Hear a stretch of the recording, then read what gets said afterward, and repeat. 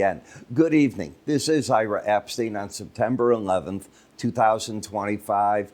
And right now, let's see, we're at 5:10 p.m. Central Time. But before I go any further, I want you to remember September 11th, 24 years ago.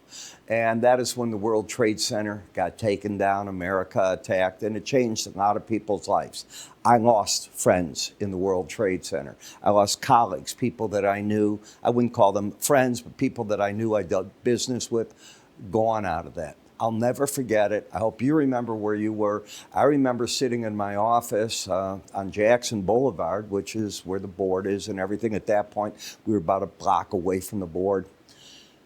And I couldn't believe what I saw. So these are things you want to remember. You want to take them with you. You want to remember it. And when you see the minute of silence that they do at the exchanges for it, don't forget it. I never want us to forget that. All right. Before we go into the markets, let's take a look at some of the news that's coming right now. University of Michigan tomorrow is going to give us their prelim consumer sentiment numbers. They're looking for that to be at 58.1, down from the 58.2 that it had before in August. Okay, about where it was. U.S. Treasury deficit shrinking. These are the tariff impacts. It's still there, but they claim it's shrinking. It's a much bigger deficit given than what the market was looking for to shrink by $5 billion. Looks like it's doing better than that, but we'll see.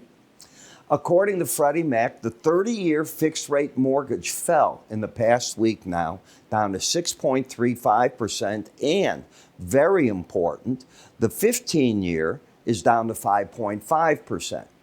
Now, today we had the CPI number. Let's stop and talk about this. Inflation is here, and it's growing. It's not running, but it is growing. You're at 3.1% year over year. When I look at that number, I say, hey, it's not at 2% what the Fed wanted. It's there. But the market's choosing to not look at it.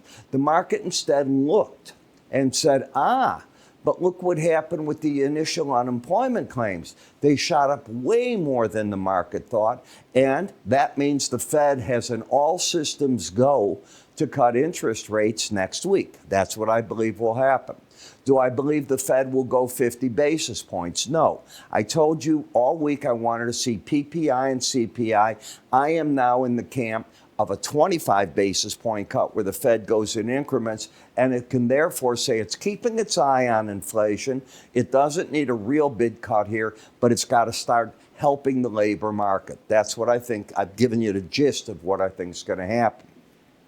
You had some earnings after the market here.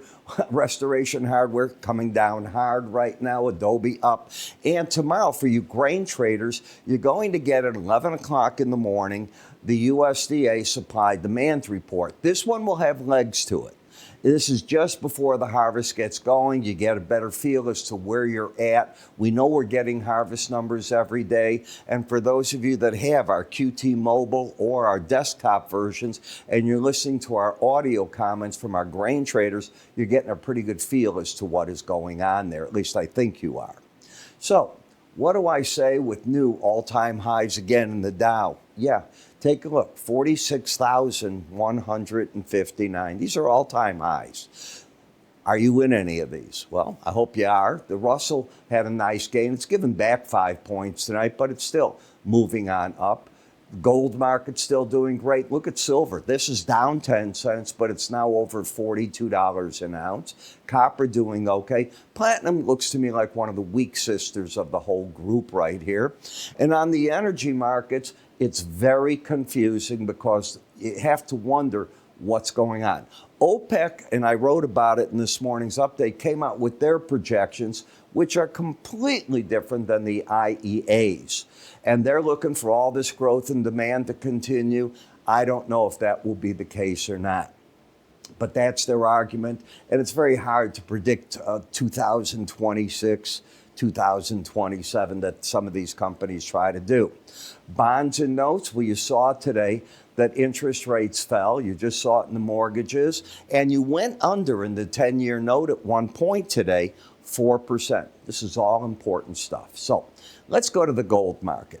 If we finished like this tomorrow, just where we're at, you'd be up almost 0.94%, just shy of a percentage gain at the 36.47 level. You haven't, on the daily chart, gone up and made new highs. I told you I thought we could consolidate. Yesterday, I told this to the traders that are in the metals. I said, folks, you may have entered in the gold market your consolidation period. So I think that's what we're in right now. Would I hang my hat on it? Not completely, because you've still got the higher lows, higher highs, but it acts like it for the moment. Consolidation doesn't mean you're bearish. It's that. You need to consolidate these gains to figure out what next. Your overall, the key moving averages, the market had been running the upper Bollinger Band. When it stepped away from it, this is often a sign that the market needs to figure out, by going sideways, what does it want to do next? Do I see anything on the horizon to get me bearish? I do not.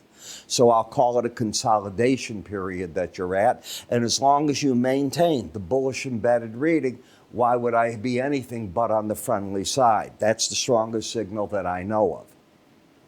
The gold-silver ratio stepped back, where today, after having a couple of days up and over the 18-day average, silver suddenly got stronger than the gold. And you can see what that did here. This market is back up to the old highs. It's not yet in the consolidation pattern. It's been in it, past tense. So now, is it ready to move out and up? That's a big question that I'm wondering. You can see you've got the embedded reading there. The copper market is now fighting a battle at the upper Bollinger Band. It's developed, past tense, a new trading range to work off of, but it is in overbought territory. And in the platinum, you still got the swing line pointing down with lower highs, lower lows. It might want to come back over here to that 18-day average, and momentum is not pointing up. Last but not least, the dollar. It started off on a great note. Look at how it went back to where it keeps failing against. The 100-day average is in green. You keep coming up to that in the Bollinger Band and slipping away. Now, you didn't get to the Bollinger Band today, but you certainly got here, and it's having a hard time. Is it trending? Absolutely not. N-O-T. It's just spinning its wheels right in here. Now, I talk about this each morning. At 6 in the morning, Central Time, I start recording a video for you where I talk about what do I see in the market. The charts will look like this. They don't look like the ones you see right here. They've got a black background. I show more studies. I cover at least 40 charts in each morning video. I cover all these key areas in the market, and I give very specific buy here, sell there, do this, do that. Why? Because I think you want to see where I'm coming from.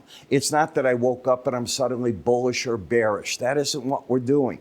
We're trying to show on the chart what to do. And yeah, we'll talk longer term, short term trades. I look at the weekly charts. I look at the daily. But in futures, I teach you why I think when you trade them, really you should trade, in my opinion, off daily, not weekly charts, because the risk on the weekly charts is just too big for the average trader using the futures market. Some people love it, and that's what they do. Everything's up to what you want to do. But I give you the trades. I track each trade from beginning to end.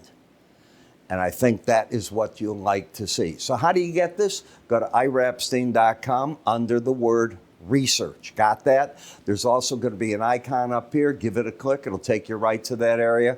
Give it a try. Maybe, just maybe, you'll see something you like with what I'm doing.